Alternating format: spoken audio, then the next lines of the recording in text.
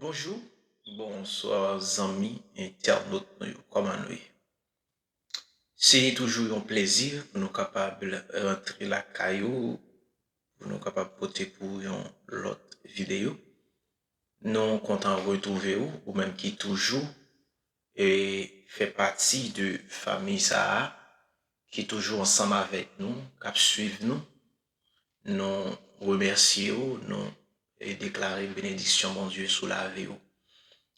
Aujourd'hui, nous voulons parler d'un sujet très important et concernant le monde qui peut-être penser que c'est bâton, bon Dieu, dans l'église, bon Dieu. Et aujourd'hui, nous voulons parler de ça et que nous voulons dire et les gars ou chambre jamais choisi pour bâton, bon Dieu, pour caler l'autre monde. Parfois, il y a des gens qui sont dans l'église et que bouche se bâton yo. Et avant même que le monde fait un bagay, ils sont prêts eux même pour caler, pour juger, pour frapper.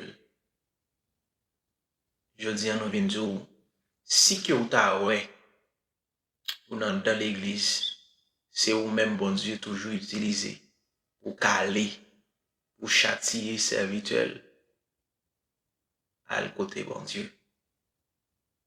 On nous lit ensemble, avant même de continuer.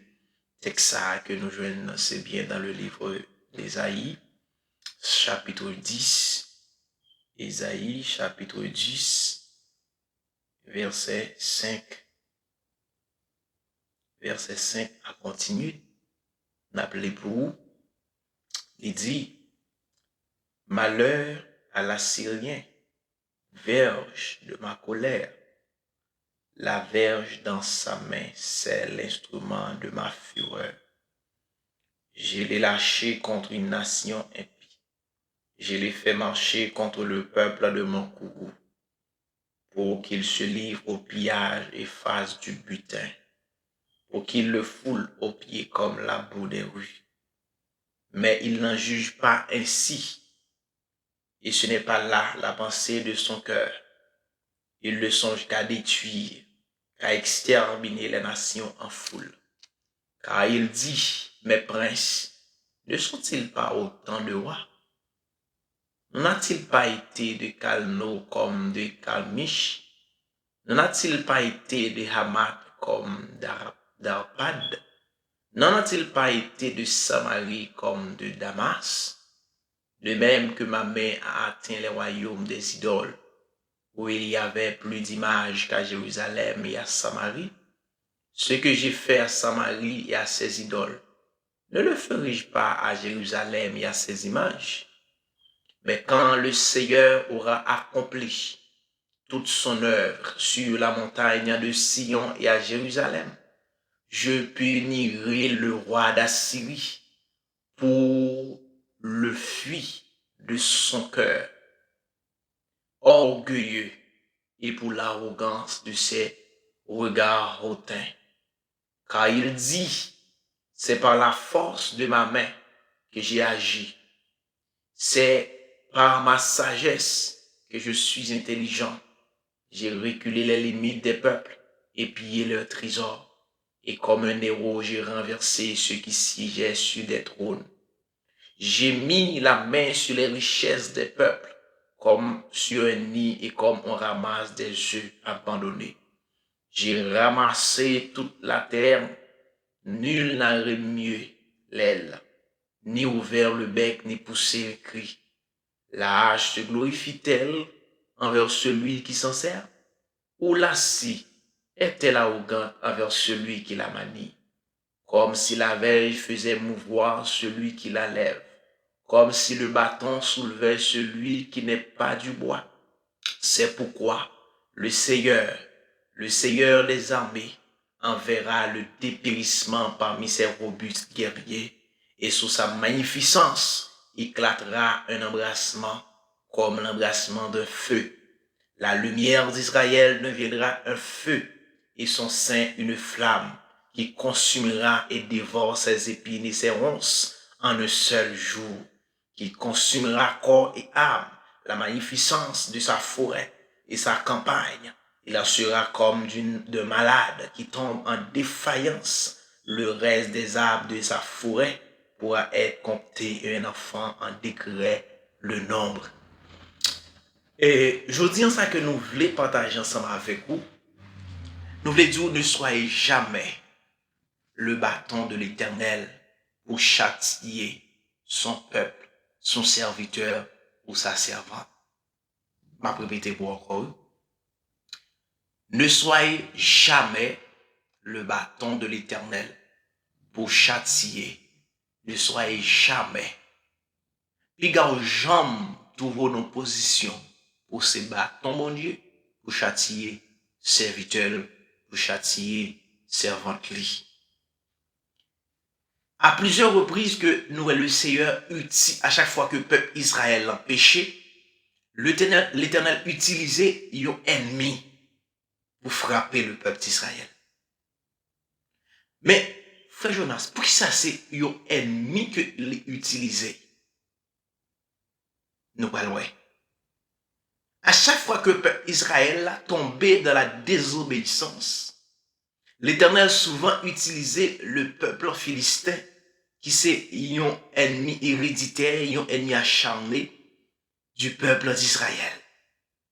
Il utilisait l'autre nation, les Assyriens l'utilisaient, les Amalécites l'utilisaient à chaque fois que le peuple d'Israël tombait en désobéissance. Mais aujourd'hui, nous voulons parler de monde qui, l'église, qui peut-être pensait que c'est bâton bon Dieu. Et si toutefois qu'on a une position à chaque fois que un serviteur péché, ou c'est vous-même qui paraît, qui pourra blâmer ou bien, pas dit comme si on monde qui conseiller, qui a mon conseil, qui a aidé mon avancer, non. Mais on monde comme si avant, moun ça qui t'a parlé, qui t'a frappé, qui t'a jugé, qui t'a condamné, moun.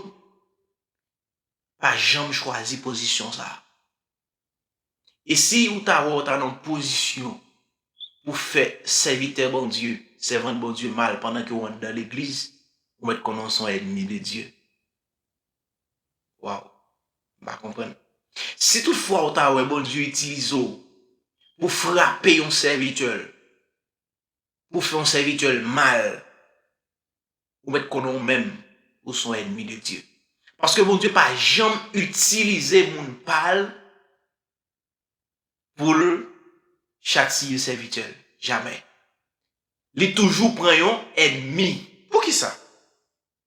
Parce que automatiquement que le Seigneur utilisait un ennemi pour frapper serviteur, automatiquement que le serviteur allait repentir, il prend conscience, il retournait. Même Jean t'a dit, et c'est pour connaître qu'on est tombé, et puis pour repentir, pour reprendre. Automatiquement que le serviteur a repenti, eh bien, ennemi ça a bon Dieu pour le briser. Bon Dieu béni. Qu'est-ce que ça dit là? Il dit, malheur à l'Assyrien, verge de ma colère, la veille dans sa main, c'est l'instrument de ma fureur. Lorsque mon Dieu utilisait un ennemi pour frapper le peuple d'Israël, lorsque le peuple d'Israël prend conscience, ennemi ça, bon Dieu pour le briser. Bon Dieu béni, bon Dieu pour le briser. Parce que les sont ennemis. Bon Dieu pas jamais utiliser yon moun pal, yon serviteur pour le châtier, yon serviteur.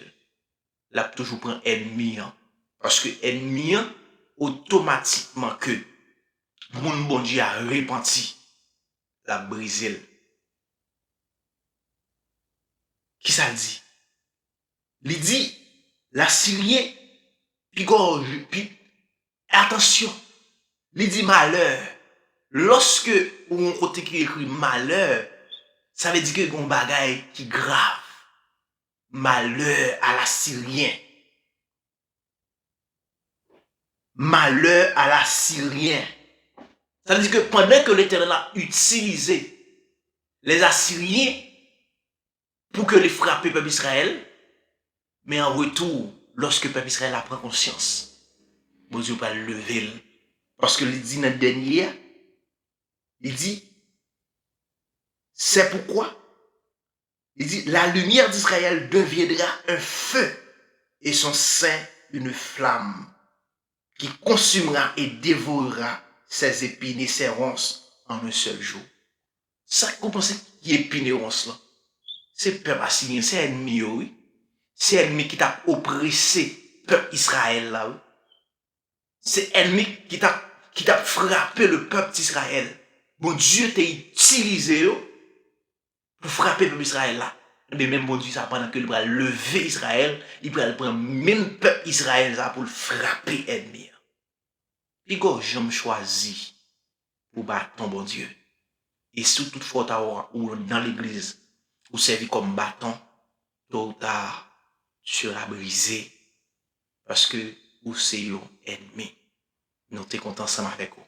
Bon Dieu béni vous. Grâce bon Dieu couvre vous.